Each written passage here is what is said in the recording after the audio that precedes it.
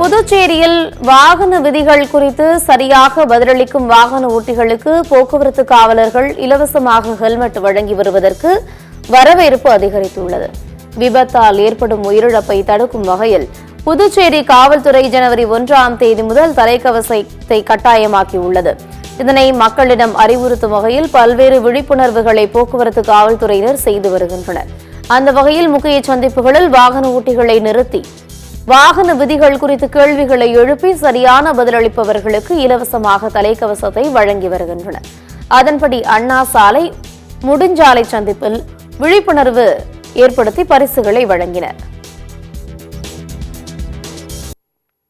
அனைவரும் போலீஸ்காரங்க சொல்றாங்க, கட்டாயப்படுத்துறாங்க, ஃபைன் பண்ணணும், ஃபைன் கட்டணும் அப்படிங்கிற ஒரு நிர்பந்தத்தினால ஒரு ஹெல்மெட் போட்டோன்னு இல்லாம நம்ம பாதுகாப்புக்காக, நம்மளுடைய உயிர் பாதுகாப்புக்காக, ஏன்னா தலையில வேற எந்த கை காலில் அடிபட்டா கூட பிராக்சரை நம்ம சரி செஞ்சுக்கலாம்.